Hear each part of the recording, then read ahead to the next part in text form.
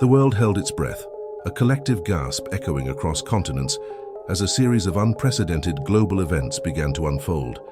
It wasn't just one crisis, but a cascade, each incident seemingly designed to fray the very fabric of society. There was a financial tremor that shook markets from New York to Tokyo, followed by sudden, inexplicable disruptions in global communication networks, plunging vast regions into an unnerving silence.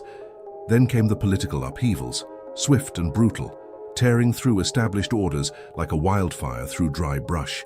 A deep sense of unease settled over everyone, a quiet, unspoken dread that something fundamental was shifting beneath their feet. It was more than just fear. It was a profound sense of foreboding, a recognition that the rules of the game were changing, and not for the better. Amidst this growing chaos, a prominent global leader emerged, a figure who had once been hailed as a beacon of hope, promising unity and prosperity. His speeches were polished, his vision compelling, and for a time many clung to his words, desperate for a path forward. But then he made a move, a decisive action that sent shockwaves around the globe. It was a subtle shift in policy, cloaked in diplomatic language, yet its implications were devastating. This act directly contravened long-held principles of national sovereignty and international cooperation, dismantling alliances that had stood for decades. It wasn't a declaration of war, but something far more insidious, a calculated grab for power, disguised as a necessary step towards global stability. Trust shattered, replaced by a bitter taste of betrayal. Watching these events unfold, I felt a chilling recognition. It wasn't just current affairs playing out. It was something far older, far more predetermined. My mind raced back to the ancient texts, to the prophecies I had studied for years, often dismissed as folklore or metaphorical musings. But now they were no longer abstract. They were blueprints, the rise of a charismatic figure promising peace, only to subtly undermine global autonomy, the sudden widespread chaos paving the way for a new order, the erosion of long-standing agreements. It was all meticulously detailed in those forgotten scrolls. Her grim certainty settled over me, a terrifying understanding that this wasn't just history repeating itself. This was prophecy being fulfilled right before our eyes. The terror wasn't just in the events themselves, but in the realization that they were part of a larger preordained plan. The stage is set and the curtain is rising. How did we arrive at this precipice?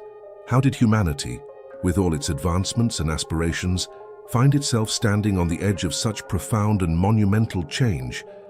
The questions hung in the air, heavy and unanswered, as the world braced itself for what was to come.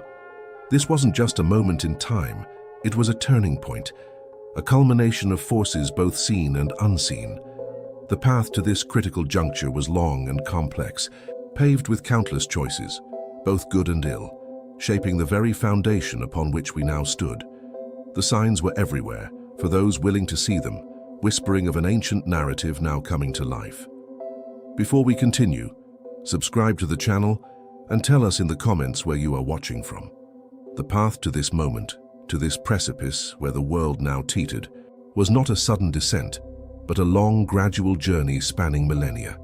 To understand the present, one must look back at the world's foundation, the historical and societal landscape that shaped civilizations. We have seen the rise and fall of countless empires, from the grandeur of Rome to the vastness of the British Empire, each leaving its indelible mark on the global psyche.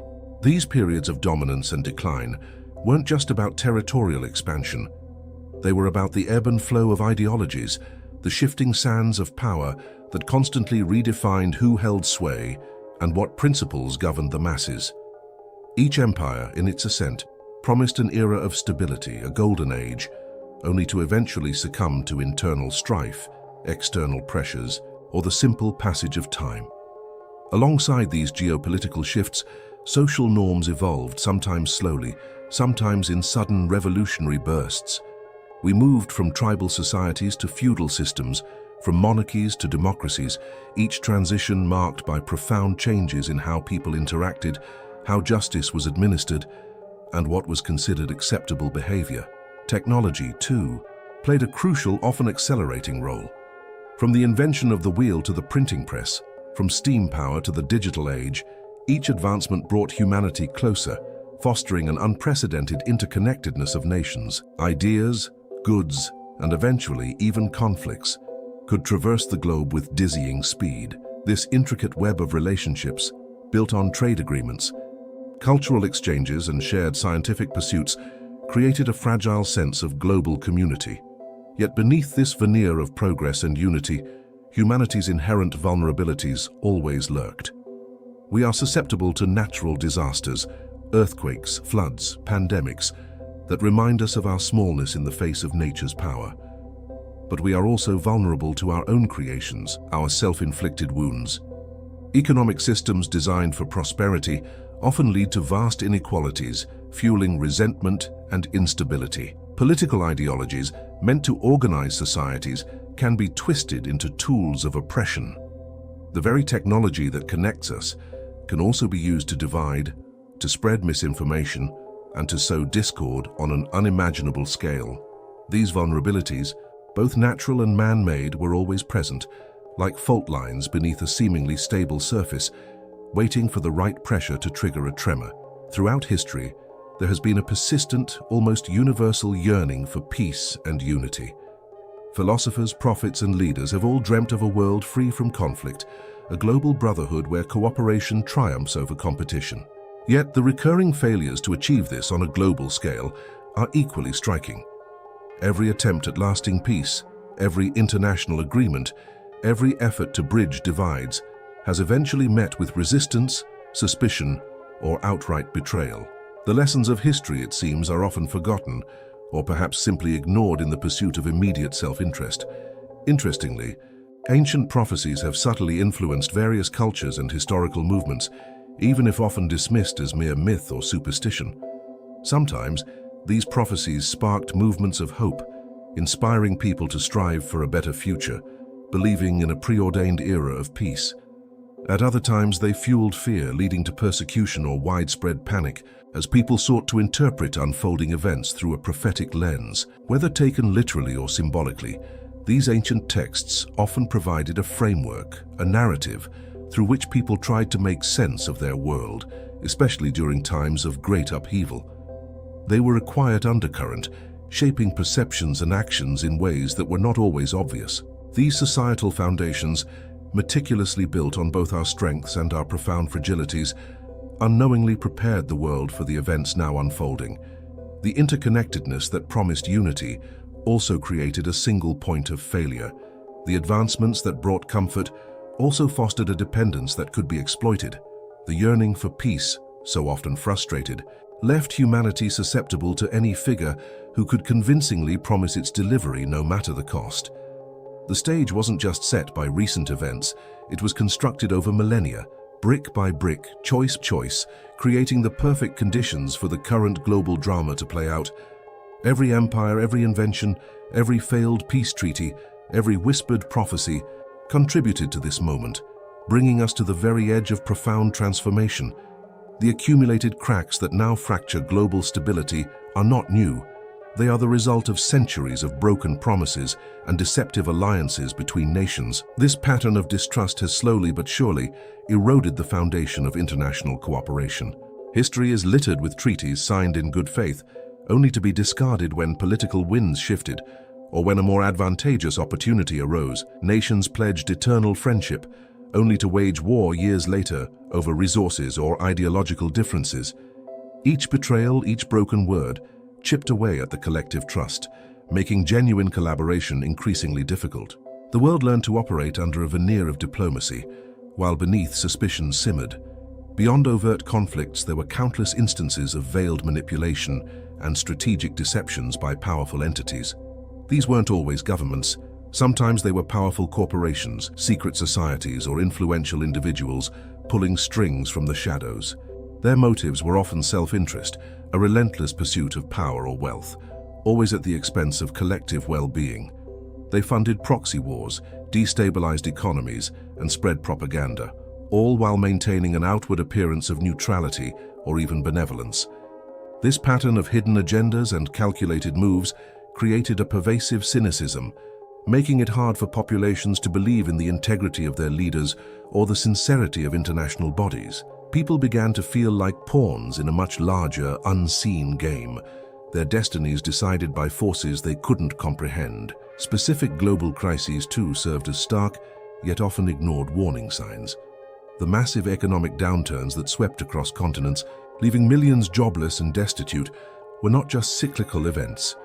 They exposed the fragility of a system built on unsustainable growth and unchecked greed. Widespread social unrest, erupting in riots and protests across diverse cultures, signaled a deep dissatisfaction with existing power structures and a desperate cry for change. Then there were the unchecked technological advancements, hailed as progress, but often implemented without full consideration of their long-term societal impacts. The rise of artificial intelligence, the pervasive surveillance capabilities, the ability to manipulate information on a global scale, these were not just tools. They were potential weapons capable of reshaping human experience in ways both empowering and terrifying. In retrospect, these moments were not isolated incidents, but symptoms of a deeper malaise, signals that the world was drifting further and further from a stable course. The increasing disregard for ethical boundaries became another glaring indicator of the erosion of global stability. In the pursuit of power and control, traditional moral frameworks seemed to crumble. Decisions were made based on expediency rather than principle. Human rights were sacrificed for national interests, environmental concerns were dismissed for economic gain, and the truth itself became a malleable concept, twisted to fit narratives that served specific agendas. This departure from shared ethical standards created a moral vacuum where right and wrong became subjective, and the rule of law often bent to the will of the powerful. It fostered an environment where anything was permissible if it achieved the desired outcome, regardless of the human cost. The audience, observing these patterns, now understands that the current global instability is not an isolated incident, a sudden storm out of a clear sky. Instead, it is the culmination of centuries of subtle, yet profound, shifts in human behavior and international relations. It's the slow drip of water eroding stone, the gradual accumulation of tiny fractures that eventually lead to a monumental collapse. Every broken treaty, every hidden agenda, every ignored warning sign, every ethical compromise, all contributed to the precarious state the world now finds itself in. The foundations were not suddenly shattered. They were slowly, meticulously weakened over generations, preparing the ground for the dramatic events now unfolding. It was a long, silent build-up, largely unnoticed by the masses, but clearly visible to those who studied the ancient texts, those who understood the deeper currents of history and prophecy.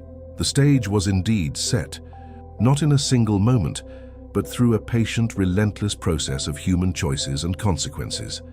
This long, silent build-up had finally reached a tipping point, and now the global atmosphere became palpably heavy with escalating conflicts and intensifying geopolitical rivalries. The quiet erosion had given way to open cracks, and the world could feel the immense pressure.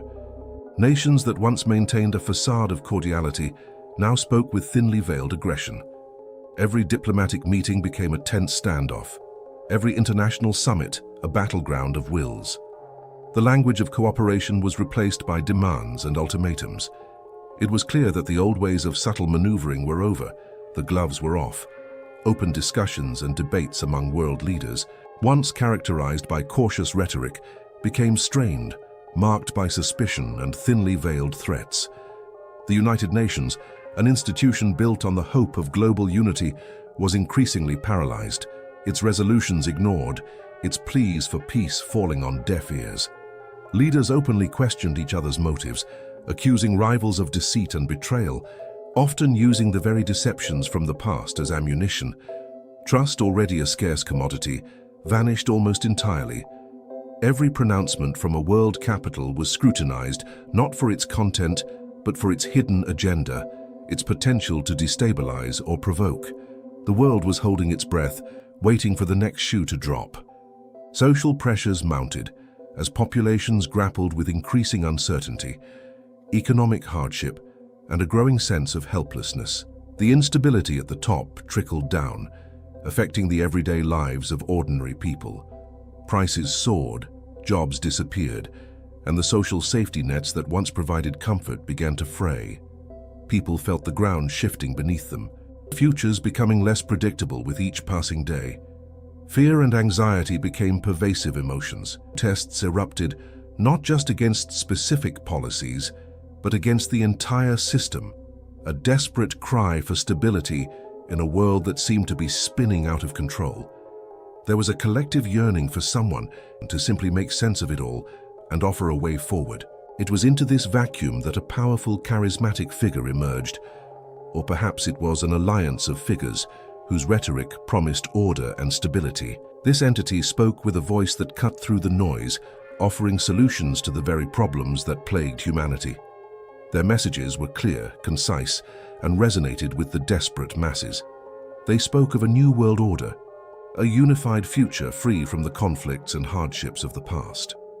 Initially, their arrival was met with a sigh of relief by many, a beacon of hope in the encroaching darkness. They seemed to possess an almost supernatural ability to articulate the desires of the global population, offering a vision of peace and prosperity that seemed within reach. However, for those who watched closely, those who remembered the lessons of history and the warnings of ancient texts, an underlying motive began to raise alarm bells. While the promises were grand, the methods proposed hinted at a centralization of power, a consolidation of control that felt deeply unsettling. The solutions offered often required an unprecedented surrender of national sovereignty and individual freedoms, framed as necessary sacrifices for the greater good. The narrator, observing this unfolding drama, saw the subtle mechanisms of manipulation at play, recognizing the echoes of prophecies that spoke of a false peace, a deceptive unity. The initial charisma of this figure or alliance, so appealing to the desperate, slowly began to reveal its true, chilling face. The world's collective emotional suffocation was palpable, a pre-rupture state where the old order was clearly failing, but the new one was terrifyingly undefined. People were caught between the crushing weight of the past's failures and the ominous uncertainty of the future. The very air seemed thick with unspoken tension, a sense that something monumental was about to give way. The familiar structures of global governance and societal norms were crumbling, leaving a void. This void was being rapidly filled by the promises of the charismatic figure, but the narrator knew that these promises, while appealing, were merely a prelude to a far greater and profound shift, one that had been foretold for millennia. The world stood on the brink, unknowingly poised for a transformation that would redefine human existence itself. The world stood on the brink, unknowingly poised for a transformation that would redefine human existence itself. Then it happened. A catastrophic global event, unlike anything humanity had ever witnessed, struck with brutal force. It wasn't a war, not directly, but a cascading series of failures that brought the intricate web of global systems crashing down. First, a massive, unprecedented solar flare, far more powerful than any predicted, tore through Earth's atmosphere. It wasn't just satellites that failed. Entire power grids collapsed across continents. Communication networks went dark, and the digital infrastructure that underpinned modern life simply ceased to function. The sudden silence was deafening, the darkness absolute. Chaos erupted. Without power, hospitals struggled, supply chains shattered, and food distribution ground to a halt. The world, so reliant on its technology, found itself utterly helpless. This wasn't a localized disaster, it was a global paralysis, pushing humanity to its absolute breaking point. Panic spread faster than any virus, turning once orderly cities into desperate landscapes of fear and survival. People who had lived comfortable lives were suddenly scavenging for food and clean water, the thin veneer of civilization stripped away in a matter of days. In the wake of this unimaginable crisis, when hope seemed like a forgotten luxury, the charismatic global leader, the one whose rhetoric had promised order and stability, seized the moment. They stepped forward, not with military might, but with a message of unity and a meticulously crafted plan. This plan, presented to a desperate and broken world, was branded as the only way forward, the blueprint for survival and rebirth. It was a solution for global unity and peace. They promised to restore order from the ashes. The world, starved for leadership and desperate for any glimmer of hope, initially embraced this solution with open arms. People were tired of the chaos, the fear, the uncertainty. They craved stability, and this figure offered it, albeit at a price. The solution involved an unprecedented degree of control and surveillance, framed as absolutely necessary for collective survival. Every remaining resource would be centrally managed, every communication monitored, every movement tracked. Individual liberties, once cherished, were now deemed secondary to the imperative of global security and efficient resource allocation. It was a bitter pill, but one that a desperate world facing starvation and anarchy was willing to swallow. The narrator, however, armed with the ancient texts and a deep understanding of their prophecies, recognized the precise fulfillment of a pivotal prediction. This wasn't just a leader, this was the rise of a unified, powerful entity that promised salvation, but concealed a far darker agenda. The text spoke of a time when all nations would come under a single authority, a force that would seem benevolent, but ultimately seek absolute dominion. The solar flare, the collapse, the subsequent rise of this figure offering a singular solution, it all fit. Every piece of the puzzle clicked into place, not with a sense of relief, but with a chilling certainty.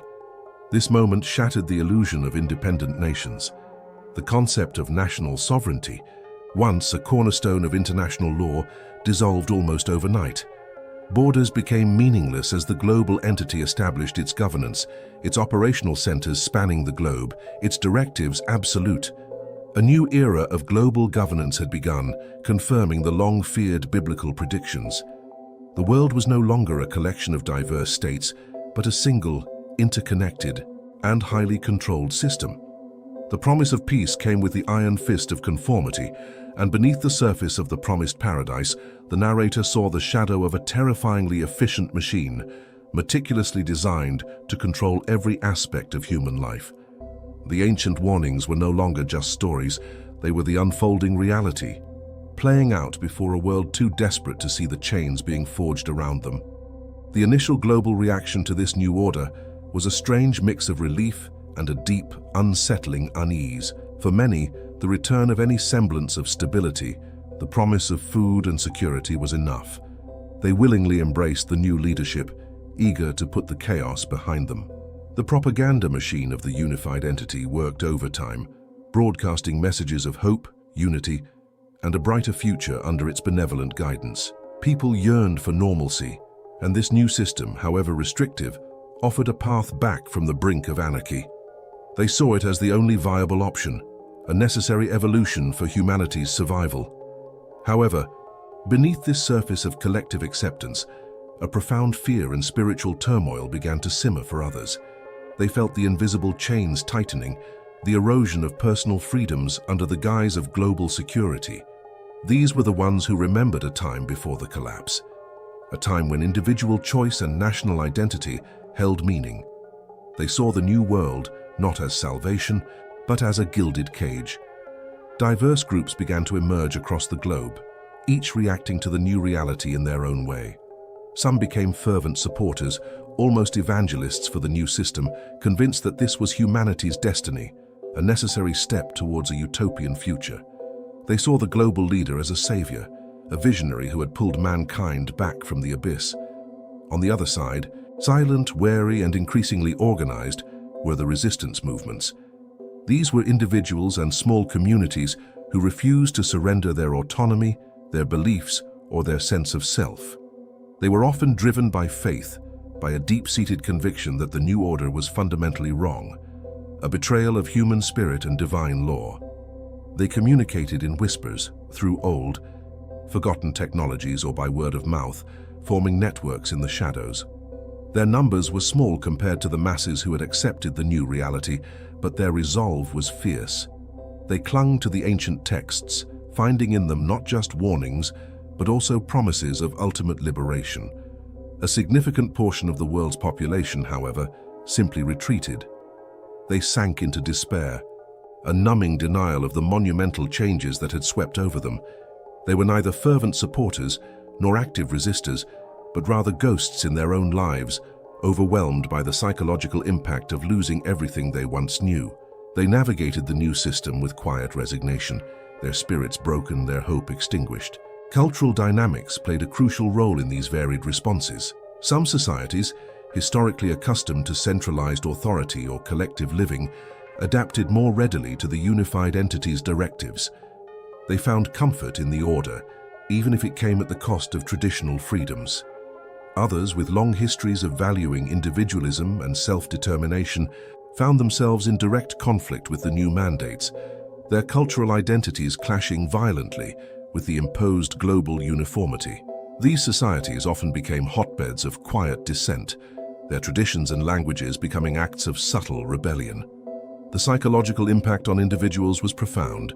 People grappled with the loss of traditional freedoms, the freedom to travel without constant monitoring, the freedom to speak openly without fear of reprisal, the freedom to practice their beliefs without the shadow of the new ideology. The imposition of new ideologies, often subtly woven into public education and media, reshaped perceptions of right and wrong, good and evil. The constant threat of surveillance, the knowledge that every action, every word might be recorded and analyzed, created an atmosphere of pervasive anxiety and self-censorship. Trust became a rare commodity, even among families, as the new order encouraged reporting dissent. The narrator observed the swift, often brutal suppression of dissent. Those who spoke out, those who questioned the new narrative, quickly disappeared or were publicly re-educated, their voices silenced as a warning to others. The unified entity, while presenting a benevolent face to the compliant masses, showed an iron fist to any form of opposition. The chasm between those who accepted the new reality and those who saw it as the ultimate betrayal grew wider each day. The world was split, not along old national borders, but along lines of ideological allegiance, a deep and fundamental division reflecting a spiritual battle playing out on a global stage. The ancient warnings, once dismissed as archaic myths, were now the chilling reality of a world transformed. Amidst the global turmoil, those who resisted the New World Order began to actively rebuild their faith and communities. They found strength not in numbers, but in shared beliefs, in the quiet certainty that ancient prophecies held the key to understanding their present and securing their future. These small pockets of resistance, once scattered and isolated, started to connect, using methods far removed from the omnipresent surveillance of the unified entity. They traded forbidden texts, shared stories of hope, and practiced their beliefs in hidden sanctuaries, forging bonds stronger than any decree from the global leader. Their commitment was often forged in sacrifice, in the knowledge that every act of defiance carried immense risk. They understood that their fight was not just physical, but spiritual, a battle for the very soul of humanity. Meanwhile, the consequences for the antagonist, the seemingly benevolent global leader, and the oppressive regime he championed, began to manifest. These were not the consequences of human rebellion alone, but a series of events that aligned with prophetic judgment. What started as subtle cracks in the facade of the unified entity soon became undeniable fissures. The promises of endless prosperity and perfect peace began to unravel. Resource shortages, once attributed to old-world inefficiencies, persisted despite the regime's iron-fisted control. The carefully constructed narrative of a utopian future started to crumble under the weight of its own inconsistencies. The sheer scale of the global leader's ambition, once seen as visionary, now appeared unsustainable, even destructive. These unfolding events exposed the true nature of the antagonist's power. The control, once welcomed as a necessary evil, now felt like a suffocating burden. The surveillance, initially justified as a means of security, was revealed to be a tool for absolute domination, crushing individuality and creative thought. The narrator watched as disillusionment spread like wildfire among previous supporters. The initial relief they had felt, the desperate hope they had clung to, turned into bitter regret. They had traded freedom for a false sense of security, only to find themselves trapped in a system that offered neither. The global entity's power, once thought invincible, proved to be built on a foundation of lies and coercion, a foundation that was now visibly cracking. The cracks were not just metaphorical. Unprecedented environmental shifts, far beyond any human capacity to control, began to plague regions that had been promised stability. Strange weather patterns, inexplicable natural phenomena and sudden, localized calamities started to occur with increasing frequency. These events, dismissed by the regime as anomalies, were seen by the resistors, guided by the ancient texts, as direct manifestations of divine dissatisfaction. They were signs, potent and undeniable, that a cosmic intervention was underway. The ultimate resolution was not born of human warfare or political overthrow, but of a profound cosmic intervention. As described in the ancient texts, a series of cataclysmic events unfolded, not as random disasters, but with a clear, purposeful trajectory. The very fabric of reality seemed to shift, demonstrating a power far beyond any earthly authority. The oppressive regime, with all its technological might and global reach, proved utterly powerless against these forces. Its systems failed, its control dissolved, and its charismatic leader, once seen as a savior, was exposed as nothing more than a pawn in a much larger divine narrative. This intervention brought an end to the oppressive regime, not through human hands but through the direct will of a higher power. It ushered in a new era, one of genuine peace and justice, not the manufactured peace of forced conformity, but a peace rooted in true righteousness. The world was utterly transformed, its old scars cleansed, its new beginnings forged in the crucible of divine judgment. The narrator reflected on the entire journey, from the first subtle signs of prophetic fulfillment to this grand final act. It had been a long, often terrifying path, filled with moments of despair and flickers of hope. But through it all, the enduring truth of the ancient prophecies remained, a beacon in the darkest times. They had not been mere myths or stories, but precise blueprints for the unfolding of history, culminating in the ultimate triumph of divine will. The world was forever changed, having witnessed the unraveling and recreation of its very fabric, a testament to the power and foresight contained within those timeless words. Humanity had learned, through immense suffering, the true cost of forgetting wisdom and the ultimate reward of enduring faith.